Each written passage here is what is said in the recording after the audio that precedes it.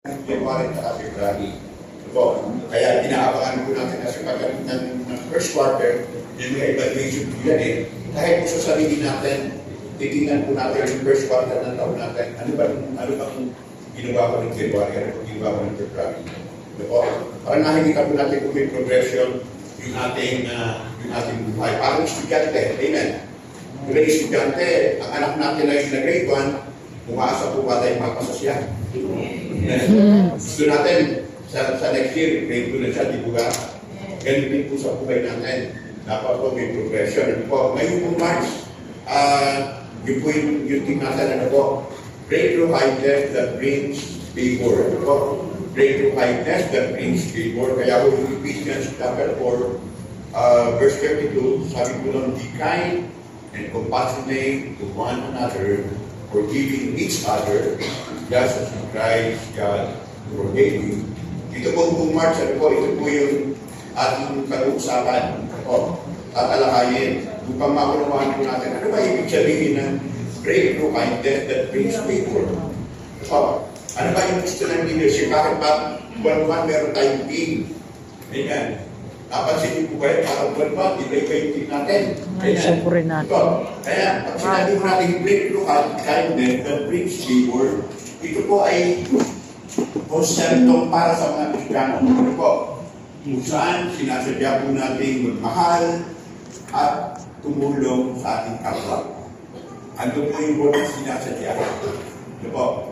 Deliberately, ano po, gagawin po natin na maipakita po yung kabaitan sa buhay po natin. Ano po? Yung fruit of the Spirit. Po, kasama po yung fruit of the Spirit. Kaya nga, breakthrough dahil, bakit sinabing breakthrough? Dahil kailangan mapagtagumpayan natin. Ito po, yung pagiging pakasarili, yung selfishness, ito po, o pagdududa sa ating kapwa. Amen. Kailangan mapagtagumpayan natin yun. Ano po? Ano po mahirap po itong gawin? Ngunit, kapag nagawa po natin, sabi ng ating team, makukuha natin yung pabor ng Diyos at pabor ng tao. Amen. Ito po ay parang binhi ng katatagan ng kaputihan na itinataling natin upang mapunga ng pananampalataya para sa iba. Amen. Yung binhi, itataling mo para mapunga ng pananampalataya para sa iba. Bakit? Dahil nagbubukas ito ng pintuan ng church. Yung kaputihan, parang bahay natin, di ba? Kapag alam mo mabuti yung nakatira doon sa bahay ngayon, hindi ka takot pumasok, tama po ba? Pero kapag alam mo yung tao yung nakatira sa bahay na yun, ay sabihin, hindi mo sila kilala, parang, huwag tayo yan, huwag tayo gagawin sa tapat niyan. So kaya, kapag alam mo masulit yung may-ari ng bahay, di ba? Kahit yung mga bata, alam niyo po, doon sa lugar namin, walang pakialam yung mga bahay, ano po. Although yun ko naman, sa bandaron ng kalahati, yung pakialaman yung kalahati, wala po. Na-check ko na yung katapat namin, kaya sa kagigiran namin. Diskusa. So wala po makita niyo yung board na kaputingan. Ito. Hindi naman sila nagkakaroon, alam niyo yung masugit, yung hindi ka pwede magpumarada sa tapat nila, hindi ka pwede magkaroon sa tapat nila. Kung di mo mga bata, hindi pwede. Kaya patay yung mga bata. Pero kasi ako pamangkin ko na anak ng aming bunso. Siyempre, bunso namin kasi parang ilan daw ba? 15 years ang pakita namin ng bunso namin. May anak siya na yung ako ko, mas matanda ng isang taon yung ako ko. Kaya parang tiyuhin ni Seth, pero mas matanda si Seth sa kanya. Kaya magkakaroon sila. Pagkaumang ngayon, pagkaroon ng pasok, tatapat na yun sa bahay namin kasi si Seth namin, wala siyang kalaro, nag-iisa lang siyang bata sa amin. Yun naman, pagka-umaga, nagsosolo rin siyang bata sa amin, kaya tatakbo yun sa amin. Sa street lang po kami. Ay sisigaw na yun, sabi tatatawin si Seth, tatawagin mo si Seth. Sabi na rin sila, maglalaro. Ang laro po nila, bike. Nagpapayag sila. Doon lang naman, sabi tapat namin, kaya natigod na sila. Kaya lang, minsan may makakatar po sila mga bata po sa labas. Alam natin, kahit bata, hindi mo may iwasan, di ba? Kapwa bata, kahit hindi mo kakilala, magkakasirila ng kaglaro. Medyo may makukulit yung bata doon sa may labasan natin. Hindi mo kaso. Makikipaglaro yun. Ngayon, hindi nakabisado yung katapat namin at saka nasa tasigiran namin, maglalaro sila doon. Maya-maya sisigawan na sila. Ayun. Yun po yung gusto ko yan na, iba yung alam mo yung mabait. Apo. Parang sa akin po, di ba? Kaya nga sabi dito, ito yung parang biti ng kabutihan na itinatangin natin yung pamamuha ng pananampalataya para sa iba. Kaya nga, kapag tayo ng Kristiyano, pagkakaroon ng Kristiyano tayo, alam ba nila mabait tayo? Parang dalawa na yung mabait. Hindi ko ba? Kasi pagka-Kristiyano tayo, Kristiyano yan. Ina-expect nila mabait tayo, right? Tama. Amen. Yun po, kasi Kristiyano yan eh. Baka parinig nyo, baka narinig nyo sa kapitbahay. Yung ba Kristiyano? Dapat Kristiyano. Yan ang mga Kristiyano. Amen. Yung po yun, hindi expect nila sa atin yan eh. Kaya nga sabi ko dito, yung binigay ng katigiran ang itinatalim. Binigay ng kabutihan ang itinatalim natin. Kapag nagkaling tayo, mamumumit ka ng pananampalataya para sa iyo. Kaya sabi ko sa kanina eh, ito yung nagkakalit ito. Huwag upang magbukas yung church para sa lahat ng tao. Amen. Kaya na yung gate natin, binubuksan natin eh, Sunday, para makita ng matatay, open, welcome tayo ng lahat. Kapag isirara natin yan, eh, kayo lang ang pupunta. Amen. Kasi bakit kayo taga dito eh. Pero yung bahay natin, pagka binuksan yung gate, yung mga kapitbahay, may open yung gate ng kapitbahay natin, siguro may hundaan. Diba? Tayo po kaya open yung gate natin kasi andito ng ating Panginoon. Gusto natin ang mga tao na sa labas, ay kahit hindi natin sila inibitahan, welcome sila pumasok upang aming tinilang ating Panginoon. Kaya dahil sa kabutihan, nabubuo yung strong relationship. Diba tayo, pagkakapunta tayo sa aming bahay natin, hindi natin sila kilala. Kasi bagong ibat yung bahay natin, nung pupunta ka, nakilala ko sila, ay, mababalik pa na sila. Pagka nalaman mo ba rin, nakikipag-kaibigan ka, tama mo ba yun? Kaya ang nabibig, strong relationship. Nagiging resulta sa blessing sa atin. Kaya nga hindi gusto tinuturo sa atin ng leadership, yung kabatitan, ano po. Kapag naging mag-breakdown tayo, naging resulta ng blessing. Una, sa ating kalusugan. Pangalawa, sa ating ekonomiya o pananalapi. Then, yung magandang relationship sa ating kapaligiran. Ito po, yun po yun. Makakita na ba kayo ng bumiran? Yung laro, bumiran ka, bumabalik ba yun? Kaya inihagis mo ba? At inihagis mo yung gano'n, bumabalik sa iyo, yung bumiran. Yan po. Ganun din po yung kapatihan. Kapag inihagis natin, inihagis natin ang kapatihan, aanihin natin yung pabor ng kapwa natin. Amen.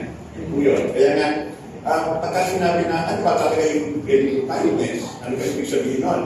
Dilibugan, kindness means showing gentleness, compassion, and care toward others. Ano po?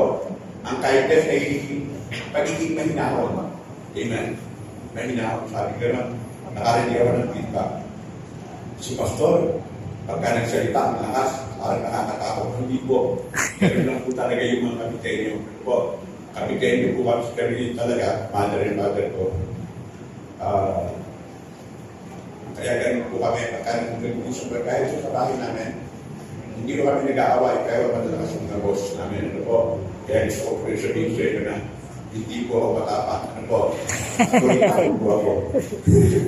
Yun po yun. Kaya nga, sabi ko rin, pagiging mahinahon.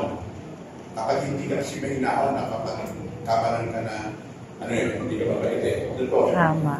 Pero binago na po ako ng Diyos. Kaya, then yung pagiging maunawain, mapagpatawad sa nagkasala sa atin. Ito po yung kindness. Ano po? Something hindi sa heart that sticks to bless, comfort, and encourage. Treating people with warmth and mercy, just as God treat us. Ano po? Ito po yun. Kaya nga, kapag yung nasa next day yan, ano po? Ito po yung pagpapakita ng malasakit. Ito yung puso na gusto magpala. Ano po? Hindi manakit. Ito po yung kindness. Ano po? Kaya ang ating standard, si Kristo. Ang ating pag-ibig susan po. Sabi din sa text natin, sabi niya, just as in Christ God forgave you. Ano po? Ganun tayo. Kung paano tayo pinatawad ng ating Panginoon, ganun din tayo magpapatawad sa ating kapwa. Amen. Kahit na hindi yan, tingin natin hindi yan karapat-dapat na pagawarin. But still, gagawin pa rin po natin. Po.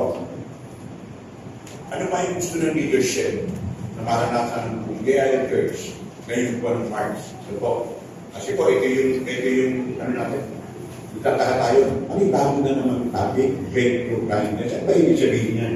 Ito po yung gusto ng leadership. Number one, na bawat pamilya at lahat ng member ay makaranas ng breakthrough sa pamamagitan ng kindness. Kabagitan. Ano po? Hindi po pwede yung kanta na ano, gusto kong bumahin, ngunit hindi ko magawa. Hindi ko talaga magagawa kasi ang Diyos ang gagawa ng para sa atin. Let the Holy Spirit dwell in us. Ano po tulad na ginamit natin kanina? Ginamit natin, di ba? Holy Spirit dwell in us. Yun po yung ibig sabihin nun. Huwag natin hahayaan yung sarili natin, yung ugali natin sa natili. Kaya natin ang Holy Spirit. Kaya kayo po yun, na ang bawat pamilya, lahat ng member, pamilya, tayo naman ng tahanan, lahat ng membro, ating mga anak, ano po. Yung pinag-aaralan po natin, di ba? Gagayamin ko ang tatay ko. Ito yun, ano po. Kaya ang bawat pamilya, lahat ng member ay makakaranas ng breakthrough sa pamamagitan ng kindness. Gusto ko natin lahat, ay umay tayo. Amen. Ito yun. Number two, na makita natin ang favor ng Diyos sa ating personal life, sa family, sa negosyo, at sa ministry. Ito. Ang ganda ng leadership, ano po, hindi lang sa sarili natin, sa pamilya natin, then doon sa kabuhayan natin, sa ating pag-aaral, then doon sa ating kapaligiran, ano po, sa ministry, image of church, especially, ano po, yun. Number three, na makilala ang Gaya Church sa magiging compassionate at mapagmahal. Na yung darating dito, yung papasok sa atin ng first timer sa sabihin na, ay, ang sarap pala bumalik. Amen. Kasi welcome ako. Kasi yung katabi ko ang bayad. Amen. Yun po yun. Kaya nga, napakahalaga na, alam niyo po yung hindi.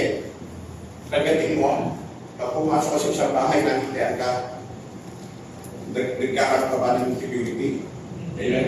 Ay, mabalik ko. Binigyan ka ba? Kasi binigyan ako. Pero yung pagpapasok ka pa lang nakasimangot, papasok ka pa ba? Hindi na. Kaalala, papasok pa. Okay. Amen. Pakitingin na ako kung nakangiti pa tabi nyo. Amen. Nakita nga yung pinakamagandang ngiti ngayon kumagin ito. Yun. Size po yun ng kindness. Ano po? Kaya nga pag kumaga ka lang eh. Ano po, dapat yung kaya nga pagising natin, nagtitibusyon tayo para makumbisyon na rin yung isip natin na kasama natin ang ating Panginoon. Amen. Pagkakasama mo ito, nakakahiyan, di ba? Kasama mo ang Panginoon, pero nakasimangot ka. Amen. Kaya pagkakasama mo si Jesus, nakangiti ka eh. Ganda ng umaga mo eh.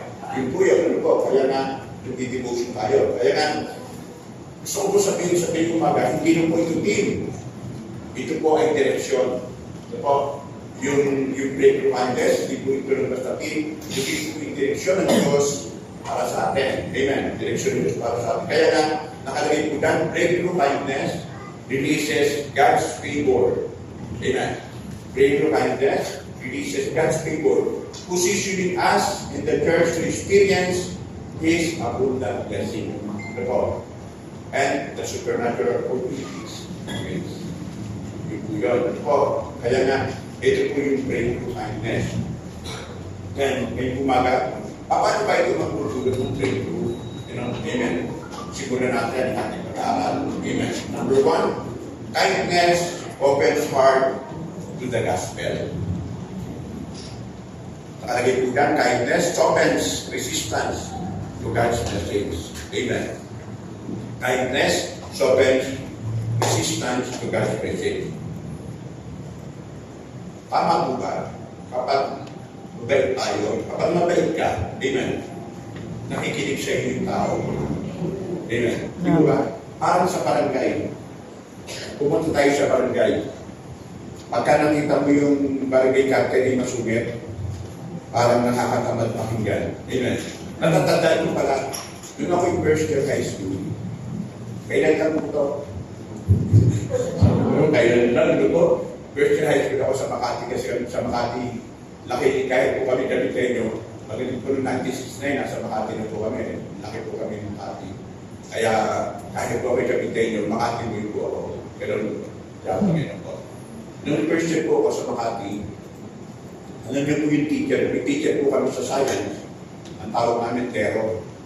Kasi wala yan po yung bibig niya. Talagang pagpasok ko parang nakakatakot na yun. Palagi siya patrasgaw. Tapos palagi siya nakasimama.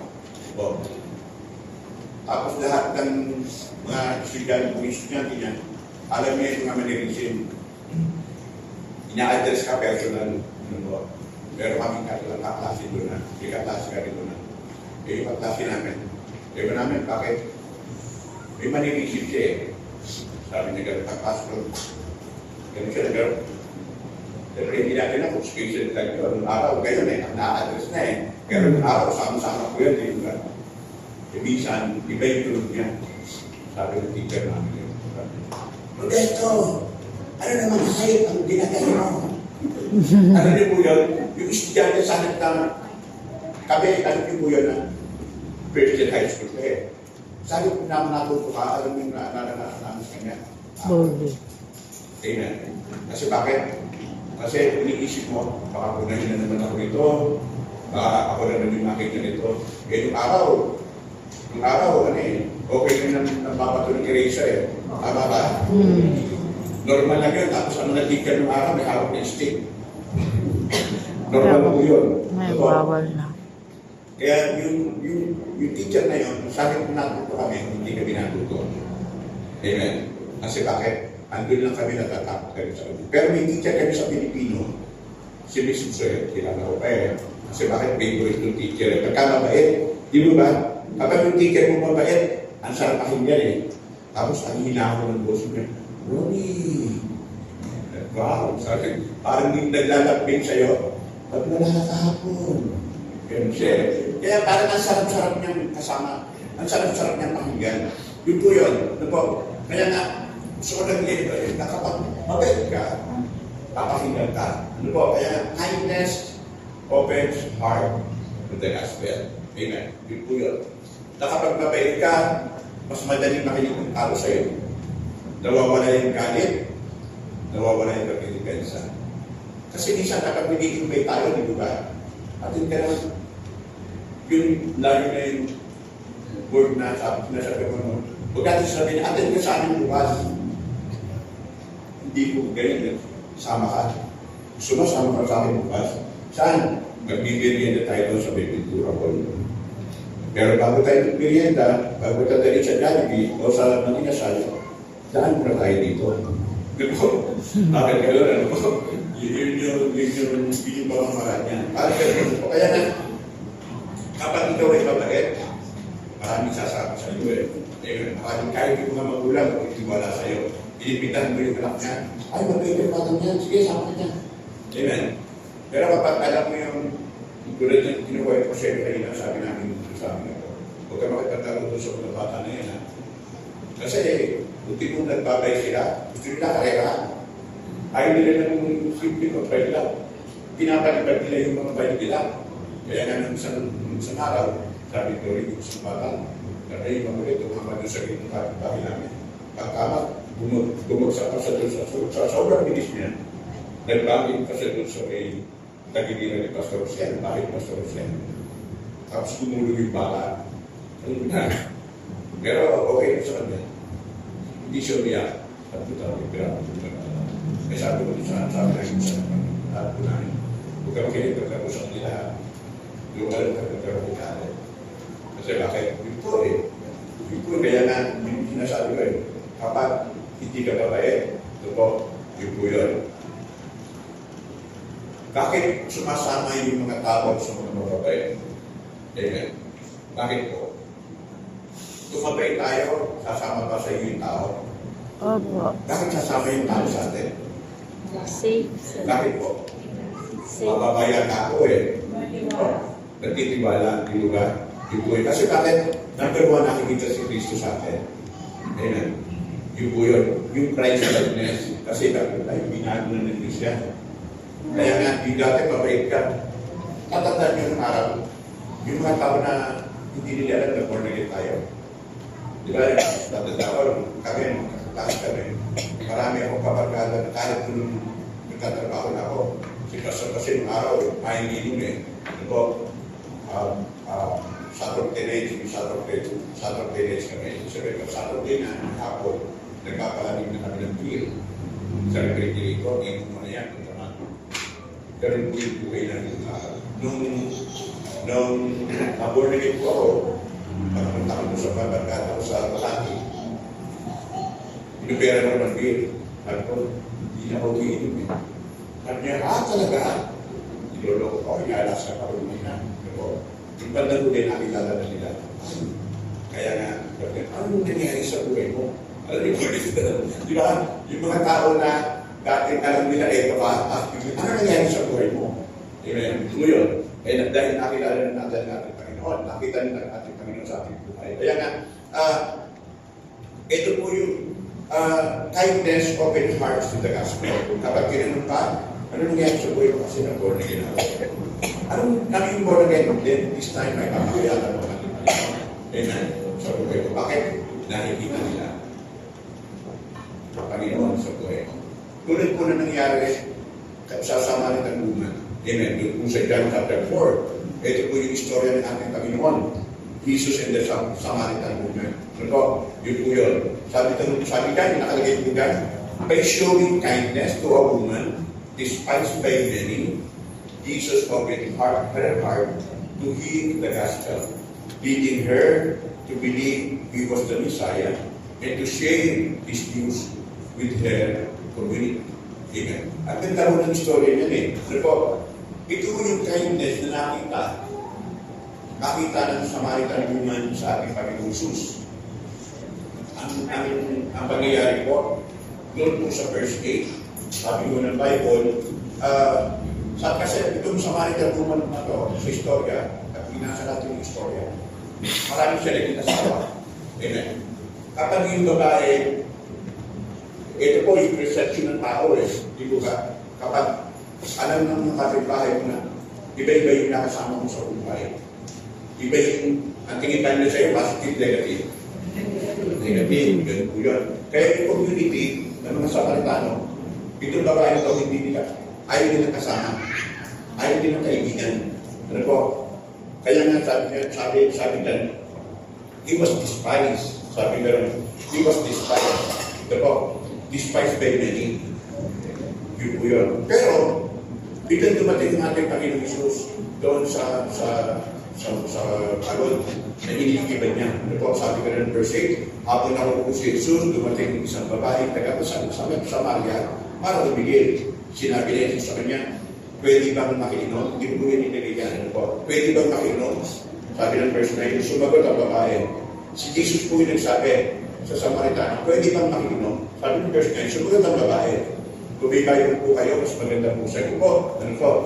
Para na-exercise po natin, yung Bible natin. Sabi ng babae, sabi ng verse 9, kayo po ay isang Hudyo, at ako ay Samaritano, at babae pa.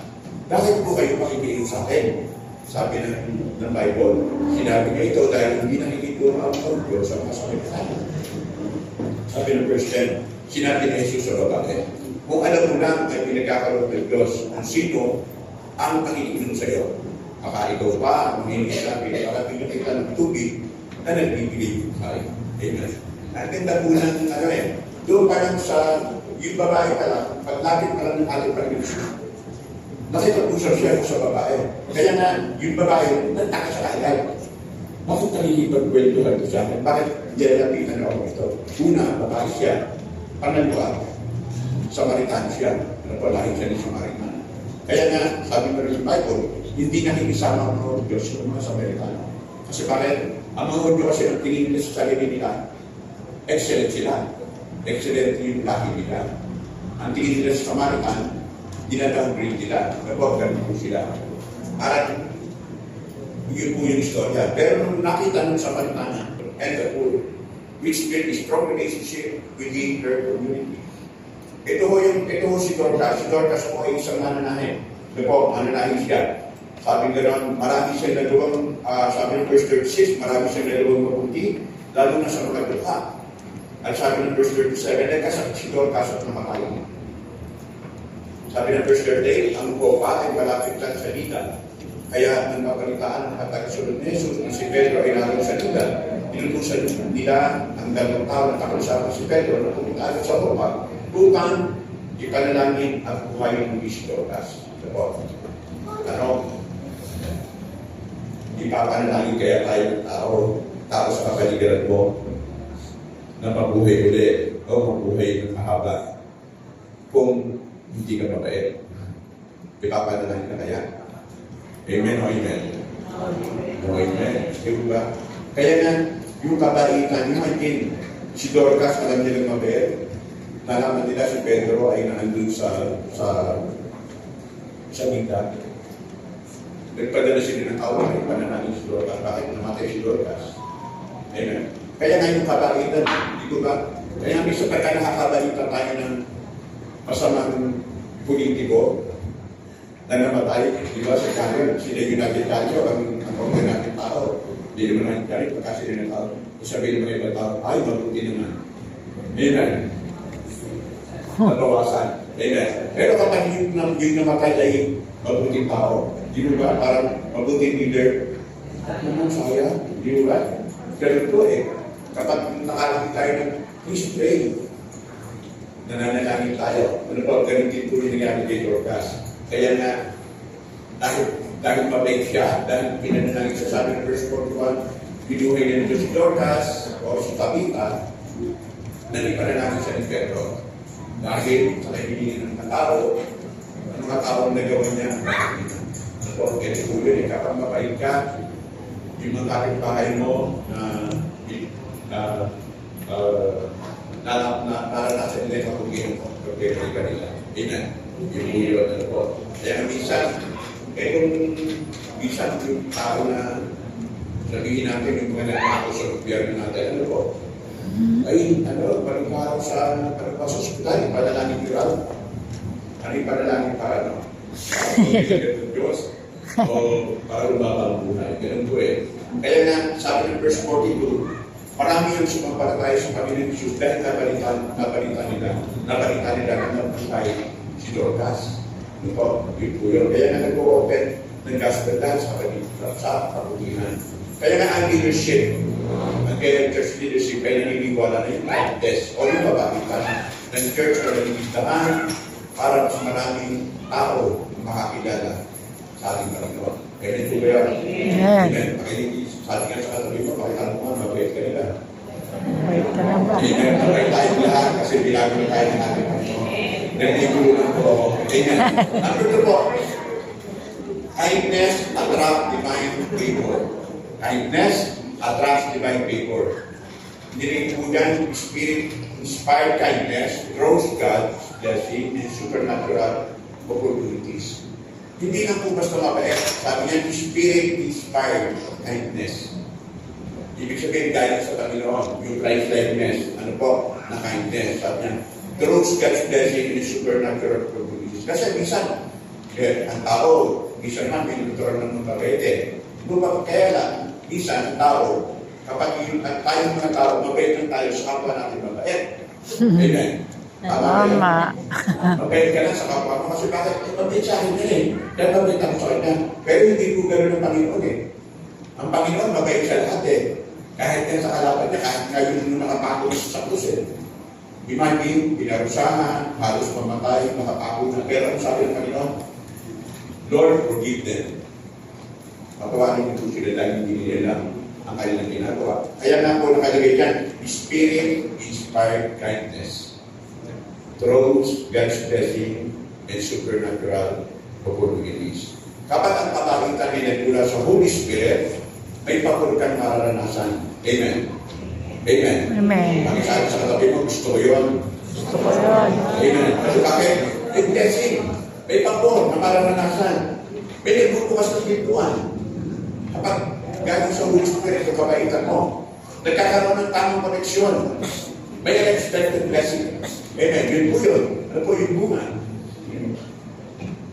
Pag itinatay, nagkaroon tayo ng typical example of kindness, attracting divine favor. Si Ruth, alam natin. Sunod po sa title, alam natin yung buong Ruth. Alam natin yung story ni Ruth. Amen. Diba? Alam natin si Ruth ay manugang ni Naomi. Si Ruth ay hindi siya Moabite siya. Hindi siya Israelite. Ano po? Hindi siya Udyo. Ano po? Sabi niya, her loyalty and kindness to Naomi in foreign land led to a divine providence, finding favor with Boaz and securing a future. Si Ruth po ay byuda na. Ang asawa niya yung anak ni Naomi na namatay. Pero dahil sa kabutihan, kabalitan ni Ruth, ano po, tinigil mo yung sinasabi na Ruth chapter 2 verse 12. Sabi nga naman, babasahin ka na po. Sumagot si Boaz, may nagkwento sa akin ang lahat ng ginawa mo para sa biyanan mong babae. Wala pa nung namatay ang asawa mo. Iniwan mo raw ang iyong ama at ina at ang bayang sinilangan mo para manirahan kasama ng mga tao hindi mo kilala. Sabi ng verse 12, pagpalain ka naman ng Panginoon dahil sa iyong ginawa. Malaking ganun para at nawa ang matanggap mo mula sa Panginoon, ang Diyos ng Israel na siyang pinagkalimutan mo. Amen. Tingnan niyo po, kapag mabait ka, ang dami nag-pray sa'yo. Amen. Kaya yung prayer ni Boaz sa kanya, sabi niya, pagpalain ka nawa ng Panginoon ng bansa ng Israel. Kasi si Ruth, alam nilang hindi naman Israelites eh. Hindi naman parang sa panahon natin. Si Ruth ay hindi Kristiyano. Pero si Ruth nakita yung kanyang kabaitan dahil nakita niya yung kabaitan ni Naomi ng kanyang biyanan, ni Naomi. Kaya sumama sa kanyang biyanan kahit patay niya yung kanyang asawa. Alam natin yung istorya, pinapalis na nga si Naomi. Kasi si Naomi, subugi na ng bansa ng Israel. Pero sabi ni Ruth, hindi. Kung saan ang bayan mo, yun ang magiging bayan ko. Kung sino ang Diyos mo, yun ang magiging Diyos ko. Bakit nakita niya kay Naomi yung kindness? Nakita niya kay Naomi yung kindness. Ano po? Kaya napalapit din yung buhay ni Ruth. Si Abraham. Ano po? Si Abraham. Sabi ni Genesis chapter 18, His hospitality and kindness to three strangers who were a messenger of God brought the promised blessings of son Isaac. Alam natin, si Abraham, nagkaanak siya, 100 years old na siya. Amen. Imagine natin, ito po ng ano na to. Dahil sa kabutihan, sabi ng gano'n, dahil sa kabutihan ni Abraham. Bakit? Hindi niya naman kilala, dumadaan lang. May tatlong, andun sa ulo niya, sa tent. Hindi naman buong tent niya. Kasi yung araw, wala naman silang bahay na malaki. Kundi tent lang yung kanatira. Pero, mayaman si Abraham. Nung may binakita siya, malayo pala, may dumadaan sa kanyang lupain, may tatlong lalaki na dumadaan pala. Anong ginawa ni Abraham? Iyaya niya sa kanila. Sabi niya, pasok kayo dito sa amin. Hindi niya lang pinapasok. Hinugasan niya mga paa.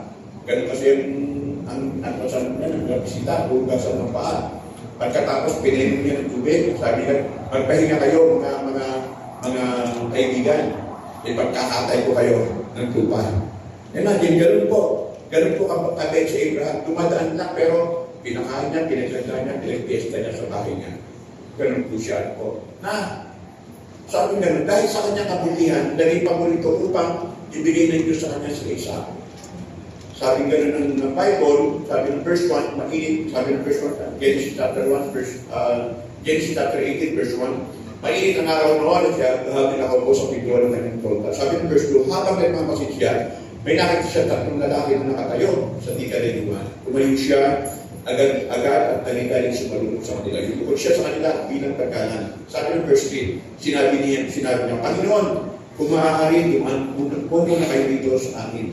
Verse 4, magpapakuha ko ng tubig para makapahugas kayo ng kanin niyo at makapagpahinga sa ilim ng punong kahoy nito. Verse 5, kukuha rin ako ng pagkain para sa inyong upang may lakas po kayo sa inyong paglalakbay, sa inyong paglasal. Ginagawa ko kung makapag-ipon kayo habang nandito kayo sa amin.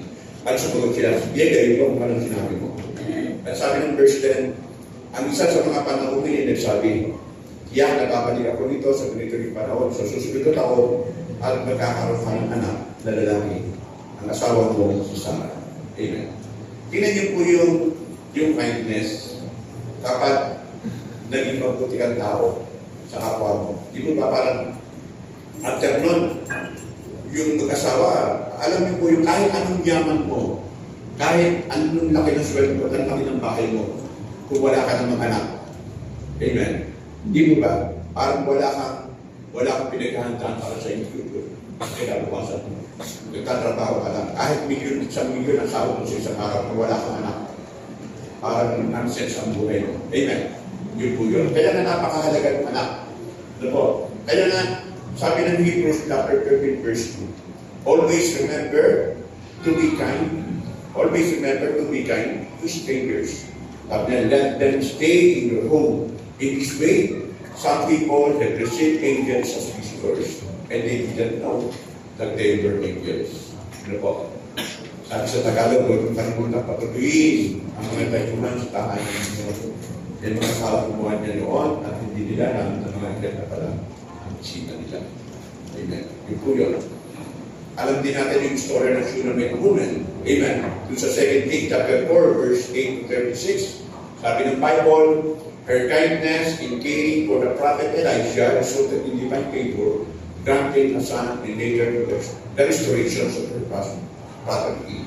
Alam natin yung istorya ng 1 Kings chapter 4 verse 8 to 10. Amen.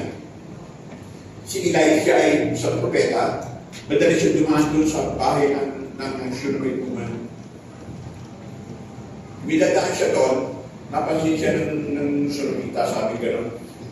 Parang tingin ko, malugkan yan. Alam niyo po, every time pinapakain siya ng mag-asawa, wala nang sila na. Pinapakain sila. Pagkatapos ng bandang huli, hindi niya pinakain. Sabi niya, hindi mo naman dito, ipagkain na natin ang kwarto yan dito sa atin. Para kapag pupunta siya dito, may papagpagkahingan siya. Amen, ganun po siya, ganun po kaputi yung mag-asawa.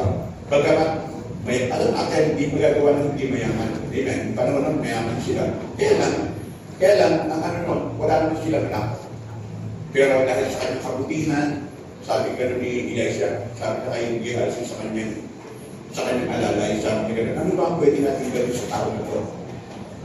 Sabi ng kanyang servant, wala po sila anak. Kung una, gusto niyo ba, ilapit ko kayo sa gobernador, sa hari? Sabi ni Elijah. Sabi, hindi ko namin kailangan niya. Yung sinabi ng servant niya, wala po sila anak. Sabi niya, sa susunod na taon, pag mabalik ko, may anak ka ng lalaki. Amen. Yun po yung mga pabor na nakanasan nila. At alam din po natin, hindi lang po yun eh. Nagkaanak sila, yung anak nila namatay. Pero binuhay-buhay ng ating parang po Elijah. Kasi bakit mabuti itong mag-asawa ito? Hindi lang po yun. Nagkaroon na ito, sabi ng Bible, sinabihan sila ni Elijah, lumipat muna kayo ng ilang bayan kasi magkakaroon ng ilang taong tagtuyo sa lugar na ito. Kaya sumunod sila, iiba sila doon sa panahon ng tagtuyo. Hindi nila naranasan ng hirap. Then yung pabo, pagbalik nila, siyempre, ilang taon sila na wala, yung sinasaka nila, nilagsasaka ng iba.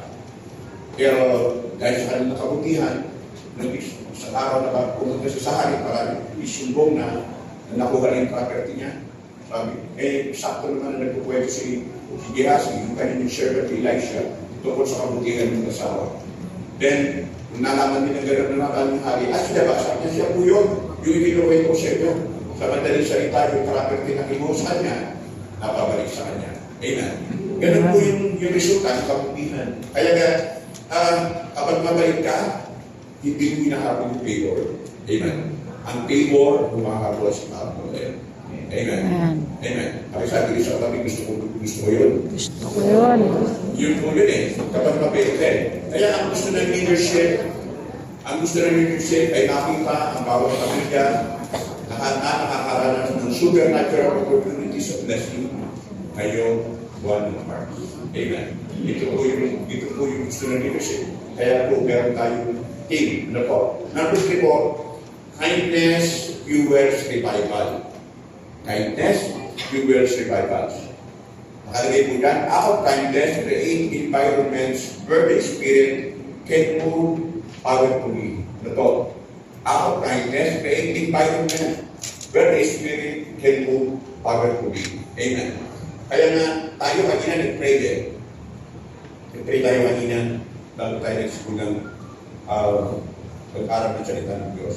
Kasi yung sinasabi ni Isaiah, hindi ko ba narinig ang inyong panalangin kapag may ginagawa, kapag may kasalanan ka sa iyong puso. Amen. Isaiah 55. Ito, yun po yung sinasabi ng mga Isaiah. Pero hindi po yun. Kaya ng action tayo na create environment where the Spirit can move powerfully. Hindi makakakilos ng Diyos sa puso marami. Amen. Kaya na narinig natin palagi hindi gumagamit ng Diyos ng maruming pinggan. Amen. Hindi kumakain ng Diyos sa maruming pinggan. Pero kung gusto kumain sa maruming pinggan, Ayaw. lahat po tayo, di ba? Pero hindi po ang Diyos. Kaya nga, acts of kindness create environment where the Spirit can move powerfully. Kapag may forgiveness, may unity. Amen. May compassion. Malaya ang Holy Spirit na makakilos sa buhay mo. Bakit? Kapag may galit ka sa puso, kaya nga kapag may forgiveness, minsan kaya naman tayo, kasi kapag may galit ka sa puso, ang hirap gumawa eh. Amen. Tama ba? Kapag may galit ka sa puso, ang hirap ka lapitan eh. Kasi bakit? Yung mukha mo nakasimangot eh. Yung pala mukha mo nakasimangot eh, hindi mo i-drawing. Kasi bakit? May forgiveness, may galit sa puso. Amen. Yun po yun. Kaya nga kapag may forgiveness, may unity. May compassion. Malaya yung Holy Spirit na makakilos sa buhay mo. Yun po yun. Makikita natin ito sa book of Acts, sa Acts of the Apostles, sa Acts chapter 2, verse 44-47. Sabi nga nun yan, yan nakagalitan po yan. Magandang pagsasamahan ng mga mananampalataya. Ito. At pinag-isa nila tayo na kakayanan para sa ibahagi, para makabahagi ang lahat. Sabi ng verse 45, ipinagbigay nila ang kanilang mga lupa, ang ari-arihan at ang pere, pinamahagi nila sa kanilang mga kasama, ayon sa pangangailangan ng bawat isa. At tingnan niyo po yung verse 46, sabi nga verse 46, araw-araw nagtitipon sila sa templo at pinahati-hati ng tinapay sa kanilang mga bahay. Lubos sa kagalahan na bilas ang napahigahagi sa pagkain. At sabi ng verse 47, palagi silang nagpupuri sa Diyos, nagustuhan sila ng lahat ng tao. Araw-araw, dinaragdag sa kanila ng Panginoon ang mga tao sa Kanya, ang mga tao Kanyang niligtas. Tignan niyo po, ito po yung dahil sa kindness ng tao. Hindi lang kindness na nakita sa loob ng church, pati sa community. Nag-manifest yung kindness ng pamilya sa community. Yung magkakapatiran na nasa community, kahit wala sila sa church, nakikita yung ang spiritual ng Panginoon sa kanilang buhay, sa kanilang pamumuhay. Ganun po yung magkakapitbahay na mga mananampalataya. Kaya na ang ganda po nung nagkakaroon tayo ng Bible study sa bahay natin. Nag-evangelist natin yung kapitbahay natin. Yung community natin, mabubuo na rin. At sabi ng Bible, nainggit yung mga ibang kapitbahay. Kaya, yung nakita nyo ng ganda ng pamumuhay ng magkakapitbahay, nag-born na din yung ibang kapitbahay. Ito po yung istorya ng Acts of the Apostles. Kaya nga, ang early church ay hindi magkakaisa at para sa akin sa isa't isa. At sabi ng araw-araw, may mga mananampalataya na talagang sa kanilang isla. Ito, alam po natin yung istorya ni David at ni Joseph. Amen? Alam natin si David, kung naging kagi na siya. Mabait si David eh. Pero itinan niyo po yung kabalikan ni David. Alam niyo, hinanap niya kung sino masisiri niya sa kanyang kindness, sa kanyang kaaway. Ang kanyang Saul. Yung ang kanyang Saul, kaya hindi siya naging hari agad si David. Kasi gusto siya patayin ni Saul, lalo natin yung istorya. Amen. Pero, tinan niyo po, sabi meron ng Bible, David had assumed the throne. Usually, in that era, a new king would kill of all remaining family members of the previous dynasty. Ganun po nung araw eh. Parang panahon natin yung pinagkansa. Diba yung panahon natin ngayon sa politika? Noong panahon ni President Duterte, pinakulong niya si Dilima. Amen? Nung nakaupo si Presidente Marcos, siya naman ay pinakulong. Pinagkansa. Ganun ba? Bakit? Kasi istorbo ka sa aking pamumuno eh. Makakaganon ka ba eh. Yun po yun. Ganun din po. Nung panahon ng mga kids, yung panahon ngayon, kahit yung panahon Nung araw para nangyayari na.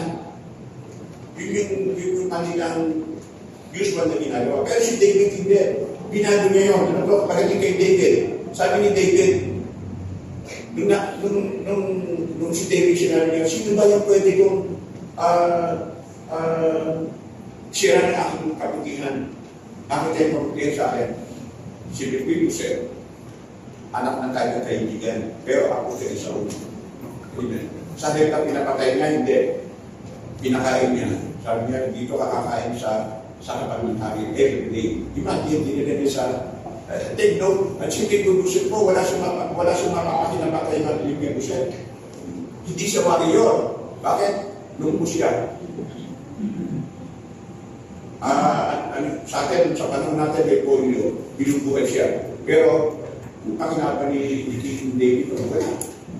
Hindi naman siya matalino. Hindi naman sila rin matalino si Mephibosheth. Sa atin, sa panahon natin, yung ating great hero, si Nabini, doon po rin siya, pero napakilalaman siya sa katipunan, sa great katipunan. Pero si Mephibosheth, walang sinabi ang Bible. Pero sinabi ng ni David, gusto ko share yung kindness kanya. Parang, ang sinasabi ng po ni David dito, don't get it in the woods. Amen. Yun lang po yun. Ano po? Kaya na, sabi ng verse 1, sabi ni David, is there anyone left in the house of Saul who can show kindness for the letter 6? Kaya nga, ito po yun eh. Tinan niyo po yung transformation ni David. Instead of killing him, David restores all souls not to him and invite him to eat at his table permanently. Hindi po sa best lang, permanently. Sabi niya, treating him as one of his own sons. Anong resulta po nun? Anong result na ginawa ni David? This act of tremendous kindness not only restored his inheritance, but also revived an neglected and frightened existence. It also promoted love and reconciliation instead of guilt and retribution in David's kingdom. Kaya si David, ang impression sa kanya ng kanyang mga nasasakupan ay mabait ng aming hari. Amen. Kasi, yung kalaban niya, kinuha niya eh. Yung kalaban niya, hindi niya pinatay. Kundi pinakain niya. Doon po, araw-araw. Doon po sa Malacanang. Ganun po. At ito yung bibigyan ng sample. Ano ba? Yung siguro kanina, ano na natin. Kaya na, God's kindness is meant to lead people to repentance. Which is the foundational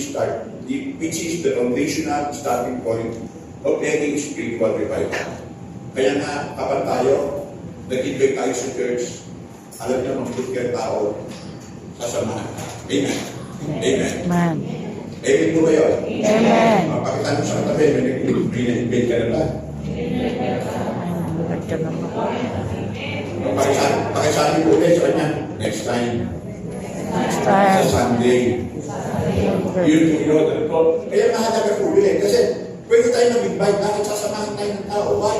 Mabait yung tao eh. Bakit? Pinamit ka ng Panginoon eh. Kaya nga, sabi ng Romans chapter 2 verse 4, dapat mong malaman na ang Diyos ay mabuti sa iyo dahil binibigyan ka niya ng pagkakataon magsisi sa kasalanan.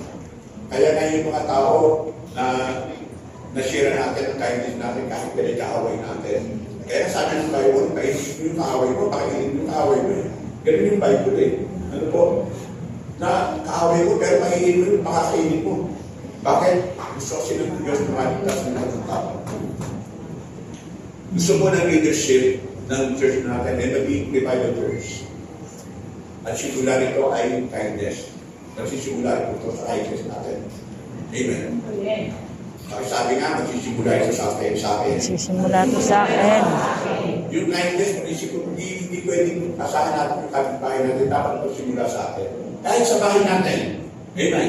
Kahit sa tahanan natin. Ang anak ko, kapag alam na masugid ka, tapos lumapit sa iyo eh. Tama ba? Amen o amen? Amen. Sila na ng kausap ko. Amen. Di ba? Kaya nga, ang halaga ng nakikita ang Panginoon sa buhay natin. Pero kapag hindi lang mabait ka, yung anak mo nga eh. Maglalampig pa sa iyo. Susubsub mo sa dibdib mo eh. Kasi bakit alam na mabait ka eh. Pero kapag alam din ang ano ka, takot sa iyo anak mo, hindi lalapit. Pagka nagsabi ka, anak, nasaan ka na? Ikaw na lang. Nagtuturan yung nagkakapalit kung sino lalapit. Kasi bakit takot sila. Kaya nga ito sabi ni Paul sa mga taga-Romans, dapat mong malaman na ang Diyos ay mabuti sa iyo dahil binigyan ka niya ng pagkakataon ng Jesus sa mga kasalanan mo. Amen. Kaya nga yun po yun. In application po ngayong March, sa ating mga tahanan, piliin natin ang kindness kaysa sa pride. Sa church, piliin natin magpatawad upang mawala ng tampunan. Amen. Yun po yun. Sabi na, piliin natin magpatawad upang mawala ng tampunan. Maaring mga nakakaraan sa buhay natin, pero gano'n, hanggang mo, binabago rin ng isang tao. Amen. Sa trabaho natin, piliin natin ipabuhay yung integrity at gentleness. Sa ministry, piliin ang compassion kaysa sa competition. Amen. Kaya nga gusto kong sabihin sa lahat, ngayon po meron po tayong ministry day. Amen. Mamaya po, ano yung pastor, ano yung ministry day? Gusto mo ng leadership. Lahat tayo maglingkod sa ating Panginoon. Amen. Sabi gano'n, binewelcome po natin lahat. Hindi natin pwede sabihin na sila na yung maglilingkod. No, lahat po tayo welcome maglingkod sa Panginoon. Kaya nga, ang sinasabi po ng Matthew 28, verse 19 to 20, go and make disciples. Hindi mo yan sinabi kay Pastor Lam. Hindi yan sinabi kay Brother Peter na sa 70,000 na ministry heads. Sinabi mo yan para sa lahat ng mananampalataya. Wala akong nakalagay doon na sino lang. Wala akong kinukoy. Sabi niya, go and make disciples. Sinibigyan po yan ng Book of Mark, chapter 16. Lahat po ng tao ay inaasahan ng ating Panginoon na mag-share ng gospel. Pastor, hindi ako marunong mag-preach. Buksan mo yung bahay mo para magkaroon ng life group ng gawain. Ganun lang po. Bahala na po yung mga workers na mag-share ng gospel, yung marunong, yung gagamitin ng Panginoon. Kaya nga lahat po ay welcome. Ano man po yung gift natin? Mamaya po, bibigyan po tayo ng ating man, ng checklist. Anong ministry ang gusto mo? Anong ministry ang gusto mo? Kasi lahat po welcome. Wala akong bata, walang matatag, kahit mo kapataan. Wala akong limit na age. Kahit po senior citizen na kayo katulad ko. Amen. Amen. Wala akong limit na age. Anong ministry na gusto mo? Pastor, gusto ko po music team sa music. Kailan po music? Gusto ko po maging SOS. Lagay po SOS. Pastor, gusto ko po maging life leader. Kailan po? Evangelism. Yun lang po yun. Kaya nga, gusto ko ng leadership lahat kung tayo yung magamit na natin Panginoon. Na po yun. Kaya nga, ano pong inaasahan ng Diyos ngayong pong March? Ano pong inaasahan ng Panginoon sa atin ngayong March? Kahit sa pamilya natin, o sa relationship natin, mag-restore yung relationship. Maaaring nasira yung relationship natin. Kahit kapwa tayo nagagawa, maaaring araw nasira yung relationship. Hindi mo na mawala yung seryoso. Pero ang gusto ng Lord, mag-restore yung relationship.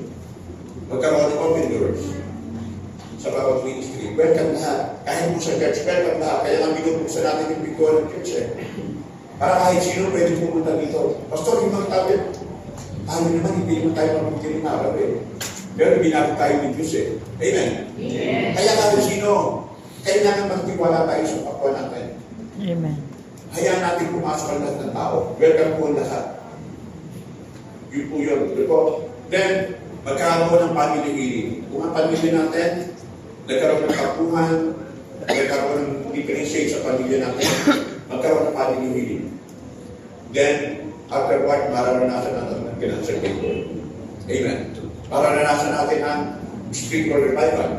Then, mararanasan natin yung maraming kaluluwa o maraming tao na mariligtas sa pamamagitan ng buhay natin.